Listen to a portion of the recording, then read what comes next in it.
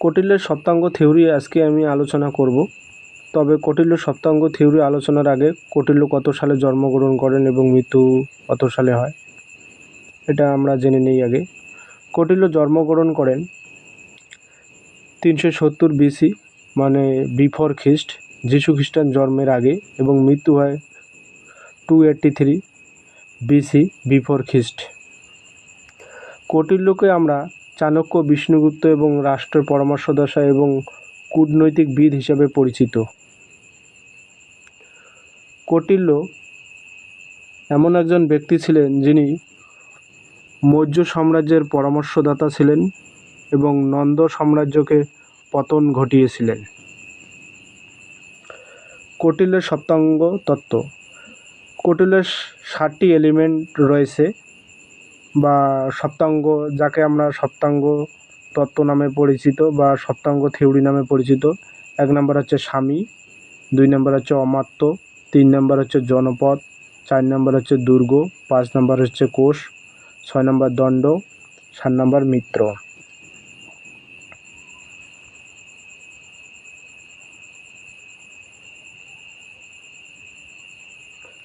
এক নম্বর হলো স্বামী। কৌটিল্য যাকে স্বামী বলেছেন, স্বামী বা রাজা বা শাসককে বুঝিয়েছেন। কৌটিল্য স্বামী বলতে রাজা বা শাসককেই বুঝিয়েছেন। যেমন একটি পরিবারের পিতা ছাড়া সেই পরিবারটি অচল হয়ে পড়ে, তেমনি একটি রাষ্ট্রের রাজা বা শাসক ছাড়া সেই রাষ্ট্র অচল হয়ে পড়ে। এমনকি কৌটিল্য স্বামী বা রাজাকে রাষ্ট্রের প্রাণও বলেছেন। কৌটিল্য বলেছিলেন যে একজন রাজাকে রামায়ণ, মহাভারত, জাতক, মনু দীক্ষায় দীক্ষিত হতে হবে। তার মানে তাকে সব কিছুরই জ্ঞান থাকতে হবে, তাহলে সেই একজন পরিপূর্ণ রাজা হবে। রাজা যদিও বিশেষ ক্ষেত্রে, কৌটিল্যর মতে রাজা যদিও বিশেষ ক্ষেত্রে স্বেচ্ছাচারী হয়, কিন্তু কোনোদিনও রাজা জনগণের কল্যাণ ভুলবে না।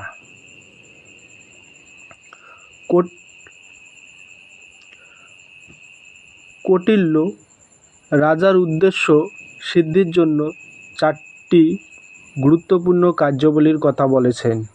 1 নম্বর সাম, দান, দণ্ড, ভেদ। সাম হচ্ছে শান্তি স্থাপন ও মিত্রতা বজায় রাখা। সাম হচ্ছে মানে কোনো কিছু আলোচনার মাধ্যমে ডিসপুট মানে সেটেলমেন্ট করে নেওয়াকেই কৌটিল্য কি বলেছেন? সাম বলেছেন, আলোচনার মাধ্যমে। দান বলতে মানে বিরোধী পক্ষকে কিছু লোভ লালসা দিয়ে, সুযোগ সুবিধা দিয়ে তা অর্জন করে নেওয়া কেই কৌটিল্য দান বলেছেন। দণ্ড বলতে কৌটিল্য যুদ্ধ করে হাসিল করাকেই কৌটিল্য দণ্ড বলেছেন। আর ভেদ বলতে কৌটিল্য বিরোধী পক্ষের যে রাজার যে বিরোধী থাকবে তার উচ্চপদস্থ কর্মচারী মন্ত্রীদের কিছু উপহার দিয়ে তাদের রাজার মধ্যে কি ফাটল ধরানোকে ভেদ বলেছেন কৌটিল্য। অমাত্য, 2 নম্বর হচ্ছে অমাত্য বা মন্ত্রী, রাজা তথা শাসক একা তার শাসন কার্য পরিচালনা করা সম্ভব নয়। তাই কৌটিল্য অমাত্য বা মন্ত্রী রাখার পরামর্শ দিয়েছেন। মন্ত্রীরা যাতে বিচক্ষণ, বুদ্ধিমান এবং চতুর হন।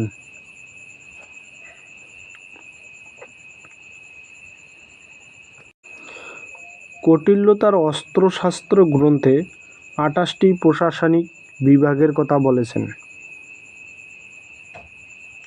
কৌটিল্য তার প্রশাসন নিয়োগের ক্ষেত্রে স্তর বিন্যাসের কথা বলেছেন।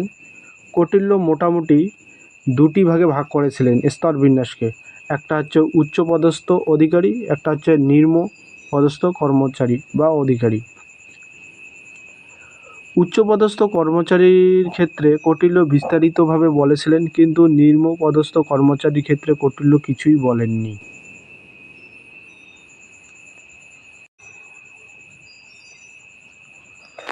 3 নম্বর হচ্ছে জনপদ।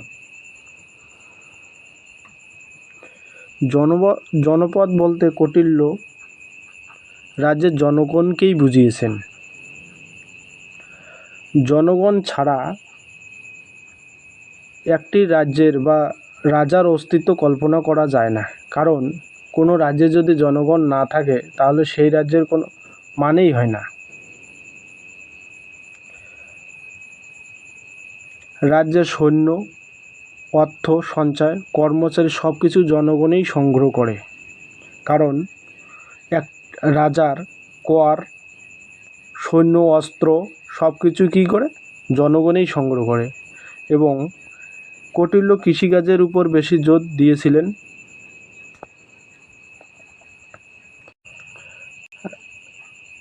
রাজার কৃষকদের বিপদে আপদের কথা ভাবতে হবে এবং জলসেচের ব্যবস্থার কথা বলেছিলেন কৌটিল্য। দুর্গ। কৌটিল্য দুর্গ বলতে রাষ্ট্রের সুরক্ষা ব্যবস্থাকেই বুঝিয়েছেন। কৌটিল্য বলেছিলেন যে একটি রাষ্ট্র তখনই সুরক্ষিত হবে যখন তার রাজ্যের বা রাষ্ট্রের চারিদিকে কি দুর্গ নির্মাণ করা হবে, কারণ দুর্গ নির্মাণ করার ফলে বিরোধী পক্ষের মানে বিদেশিরা সহজে যাতে আক্রমণ করতে না পারে তার হাত থেকে রক্ষা করার জন্য কৌটিল্য 4 ধরনের দুর্গের কথা বলেছিলেন।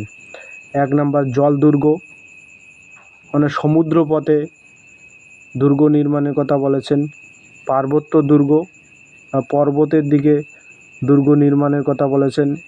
তারপরে হচ্ছে 3 নম্বর মরুদুর্গ কথা বলেছিলেন। 4 নম্বর হচ্ছে অরণ্য দুর্গ। এই 4 দুর্গের কথা বলেছেন। কৌটিল্য বলেছিলেন যে এই 4টি দুর্গ এমনভাবে নির্মাণ করতে হবে যারা বিদেশি রাজা সহজে আক্রমণ করে পরাজিত করতে না পারে। কোষ। 5 নম্বর হচ্ছে কোষ। কৌটিল্য কোষ বলতে এখানে অর্থ ও ধন সম্পদকেই বুঝিয়েছেন। কৌটিল্য রাজকোষকে শক্তিশালী করার কথা বলেছিলেন, কারণ রাজা যদি তার সৈন্যদের বেতন দিতে না পারে তাহলে কি করে সৈন্যরা বিদ্রোহ করতে পারে বা অন্য রাজার কাজে কি যোগ দিতে পারে। সেই জন্য কৌটিল্য কি বলেছিলেন, রাজকোষকেই শক্তিশালী করতে হবে, এবং রাজকোষ যদি শক্তিশালী না হয় তাহলে রাজার বিভিন্ন পরিকল্পনা কি হবে, ব্যর্থ হয়ে যাবে। দণ্ড। এখানে কৌটিল্য, হোটেলের জায়গায় কৌটিল্য, কৌটিল্য হবে। কৌটিল্যর সপ্তাঙ্গ তত্ত্বের 6ষ্ঠ গুরুত্বপূর্ণ উপাদান হলো দণ্ড। কৌটিল্য বলেছিলেন যে